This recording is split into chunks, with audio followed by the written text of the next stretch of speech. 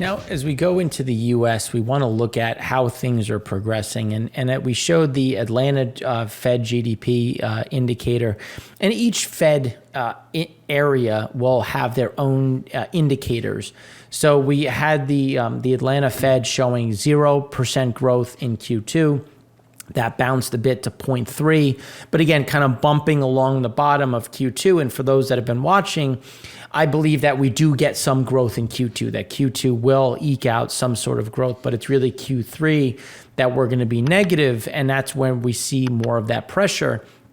And now the Fed data, the New York Fed models are showing something similar. So when you look at it for real GDP growth in the US, they're projecting negative growth for both 2022 and 2023. So it's just when you think about this, now they calculate soft landing versus hard landing. And for those that don't know what that means, a soft landing, because you probably heard this used a bunch of times, soft landing just means that you're coming in lightly. You're coming in, you'll have a little bit of growth, a little bit of a slowdown, but you're really going to kind of hug that 0%, where you're going to have some uncomfortable numbers, maybe on unemployment, but it's not going to be egregious. Where when you think of a hard landing, you're crashing through zero, where you're going to have, -2, -3% growth or more. That's going to be the hard landing. So the Fed is trying to walk the line of, let's just say settling down this airplane to create some sort of stability, which is why we think that there's, the longer they try to create that, the worse it's actually going to get. And that's where you start looking at some of that forecasted growth. There's a lot of negative. And now I'm not going to pretend like I can project out to 2023 in any meaningful way. But just based on what we're seeing, we do think, again, remember that Q3 negative growth, Q4, and we don't right now see anything that's indicative of a recovery in Q1 of 2023. And we do see a lot of pain and struggle as we progress down that chain. So now when you start looking at the diffusion index of why there's so much of that uncertainty.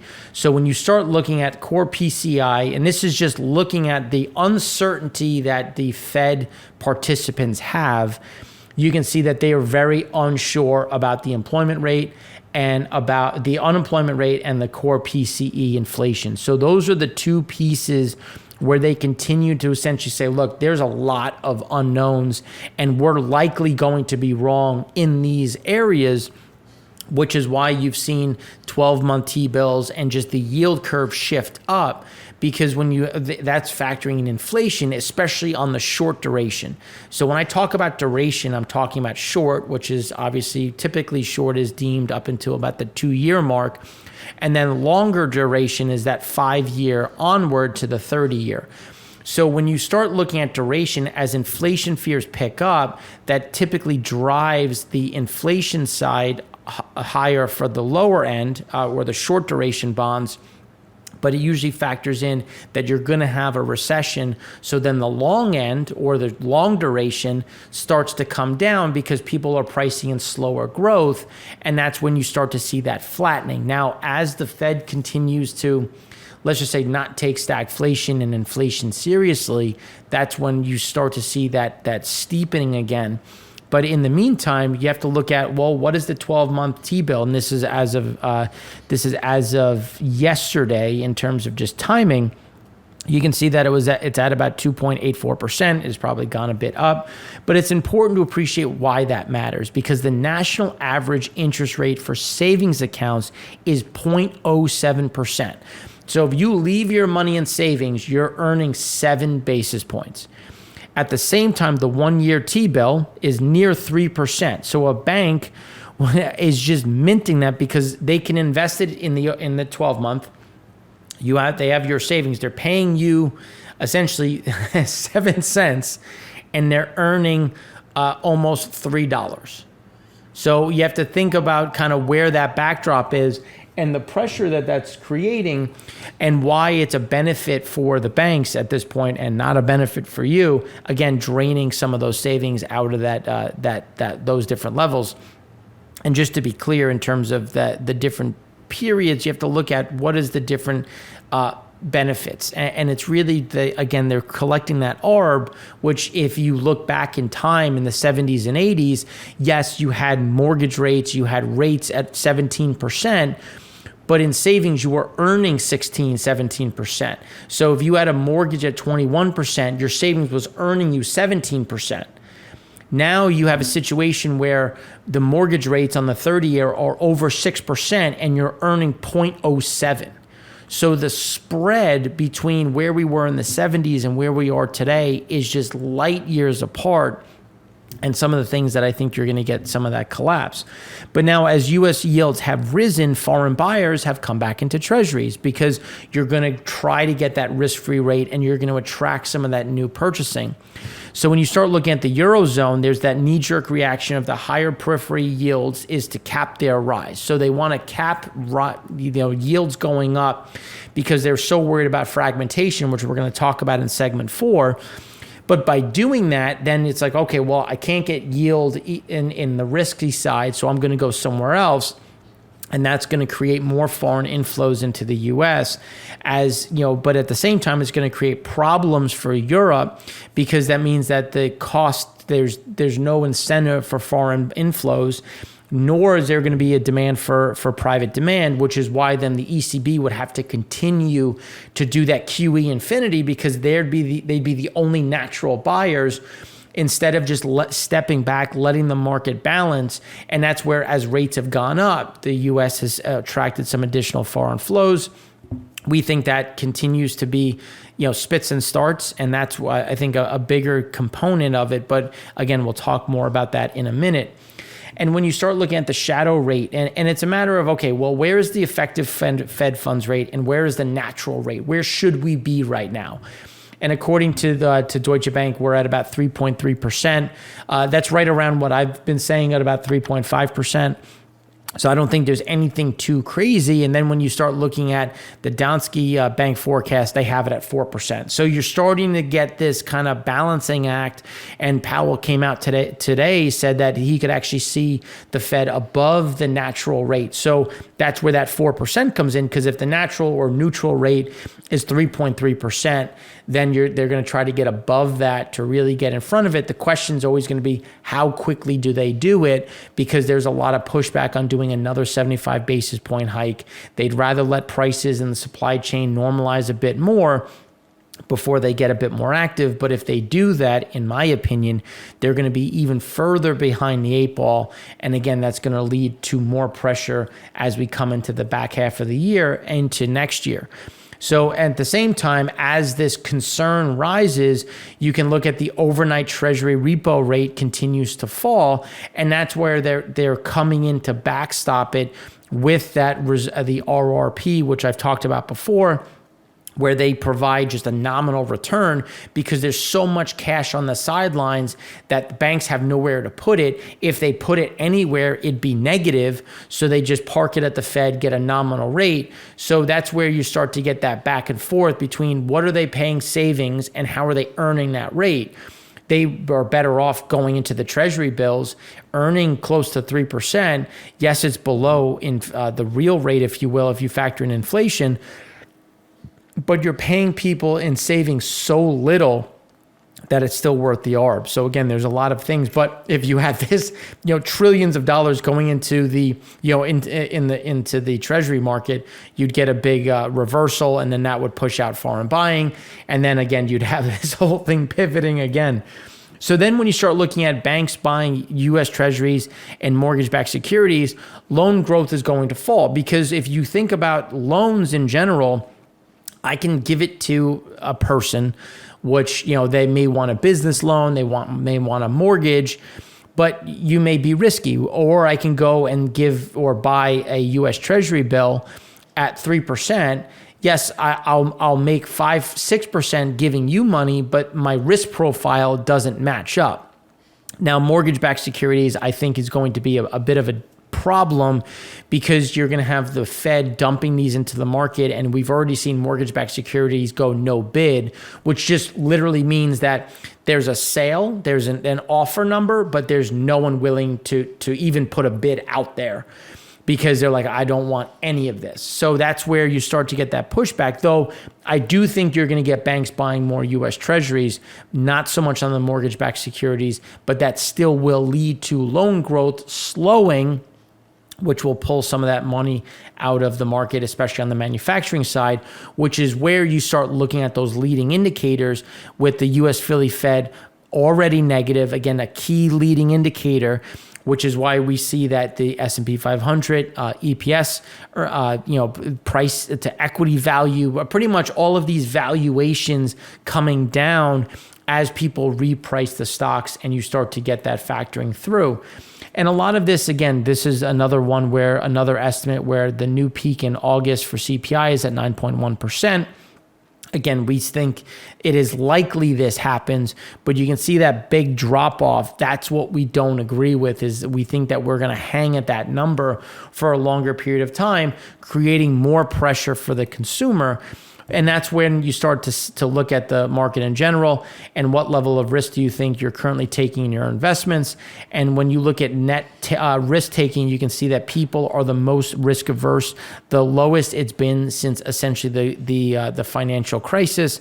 But even as people say that they're risk adverse, when you look at the positioning, especially on the retail side, you've had net buying. So people are still buying the dip. So when you look at total net retail buying U.S. securities, you can see that there's, again, that net buying coming through. And then when we look at it a bit differently, the portfolio relative drawdowns. So people have lost money this year when you look at drawdowns. But when you look at net selling, they're still net positive. So people are still averaging down. They're still adding to their positions. And again, you're starting to get this back and forth. And as we showed last week, the hedge funds and a lot of the institutions are net sellers as retail continues to be a net buyer. Now, even as that's the case, when you look at stocks remain the single largest investment for U.S. pension funds at 35%. And when you think about net stocks in general, that's when you start looking, or I should say equities, that's when you're starting to look at the this green line or teal line. But if you factor in mutual funds, which also would encompass some of this, you can see that mutual funds, you're talking about something that can be close to about 60% that is of an equity backdrop.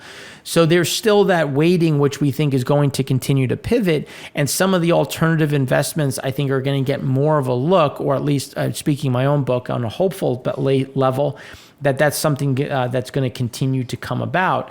And here's some of the reasons why. Because when you look at the number of Russell 3000 stocks trading below cash, when you look at excluding financial firms, trading below cash has surpassed the month-end record set during the global financial crisis. So you're starting to look at some of these peaks where companies are trading below their cash value based on the cash that they have on their balance sheet. Now, there's two sides to this, because you have companies that make money and they have cash on their balance sheets, but their valuation is low. Then you have these unicorns and these zombie companies that have these premium valuations, but no cash flow. So that's where that value versus growth that you're going to see some of these pivots. But as you can see here, there's a big problem. And it's not surprising to see SPACs starting to get hit harder, as SPAC shareholders are asking for their money back rather than fund mergers. And this is, I think, the key piece, because a lot of these companies have yet to buy the assets they've laid out. So that's when you start looking at it. They're saying the average redemption rate for SPACs has picked up in 2022 and held steadily above 50% as the cohort remains under significant pressure. You have the SEC cracking down on SPACs, banks refusing to back them, and now it's in the federal. It's before Congress to essentially make them illegal at this point. So again, we see this as a bigger unwind going forward. But then when you start looking at these cash pieces, and just to highlight this, so what does the underwater mean? It's a crisis-like spike with a market cap worth less than their cash holdings, which is different than the unicorns that, again, or some of these other entities that have massive amounts of debt, no cash. So again, it's going to be a matter of that pivot.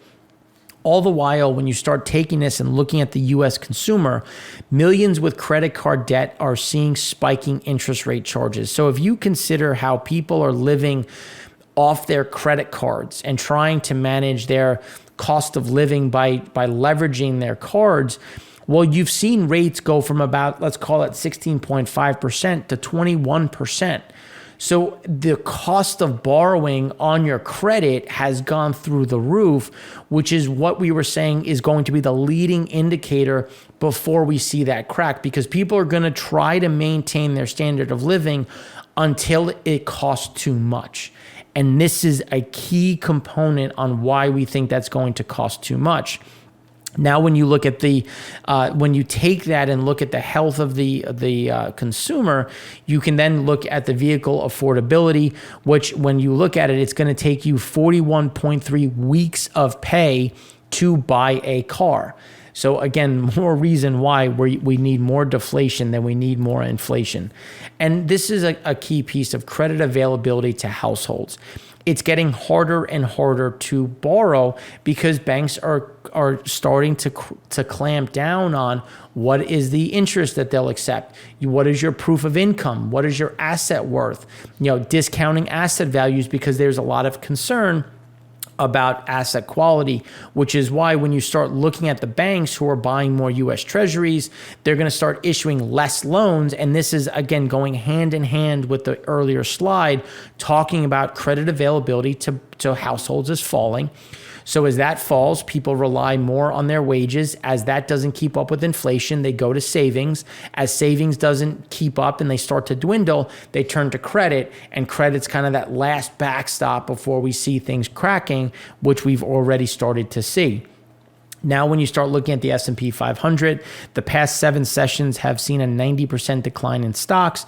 Then yesterday we had a big spike. So again, you're seeing a lot of this volatility with the VIX over 30 and some of the pressure that continues to come along with owning equities. Now, how concerned are people right now on inflation? And you can see it continues to edge higher as their ability to maintain their credit standing and just their lifestyle is coming under pressure, going from that 63% to 64%. And not surprising, how concerned are you right now about gas and energy prices? People are still equally concerned. So then when you look at corporates on a high, consumers in a whole, this is that leg where consumers start to feel the pinch. They stop buying, and then that's when you start to see in the industrial confidence fall. So the consumer is really kind of leading some of this, and we expect this to continue to move down. Less than half global consumers added to savings during the pandemic. It's important to appreciate this is not just the U.S. because you're seeing more and more in terms of added to savings, didn't add to savings. So that when you look at it, over 50% in Germany, Italy, UAE didn't add to savings. And now you're starting to see some of this pressure as prices go parabolic, especially in Europe, that people don't have that cushion. And even when we talk about that cushion, so the new data conducted shows fewer than half of Americans set aside rainy day cushion during the pandemic, which is unevenly weighted towards the top 10%. So savers asked what they did with their pandemic nest egg. 53% have held on to it. 26% have spent on bills and other essentials. 19% spent on home improvements.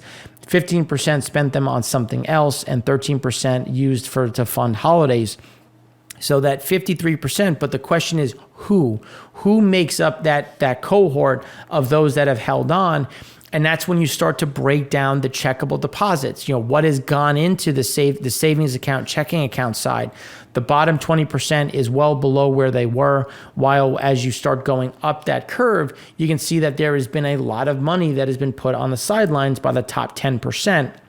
Where the bottom 20% continues to be in a worse off position, which is why when you start thinking about, okay, well, as that consumer side comes down, well, which of the following categories do you think will spend more on in the next month compared to the past?